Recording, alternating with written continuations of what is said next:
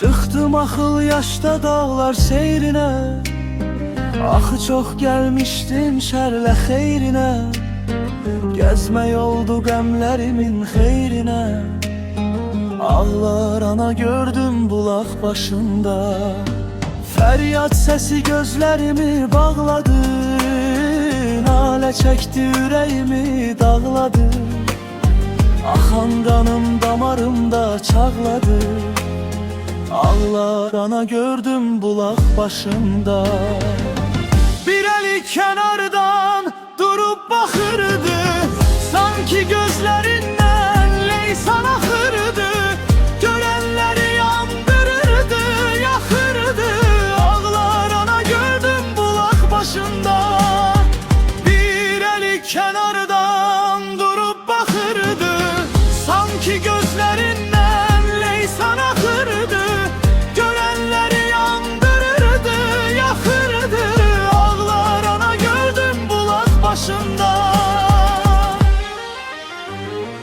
Oğlu şehit olmuş cavan yaşında. Adını okuyurmuş yazı taşında. Şimşek çaktı yüreğimin başında. Ağlar ana gördüm bulak başında.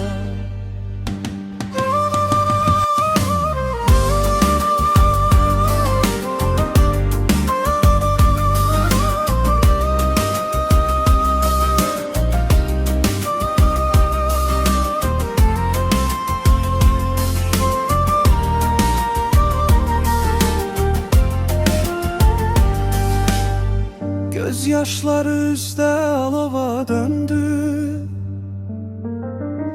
Dedim Allah bu nə nalə nə ündü.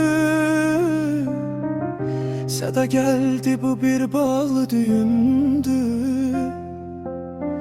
Ağlar ana gördüm bulaq başında. Yaxınlaşıb öpdüm onun əlindən. Elim yandı gözden akan selinden.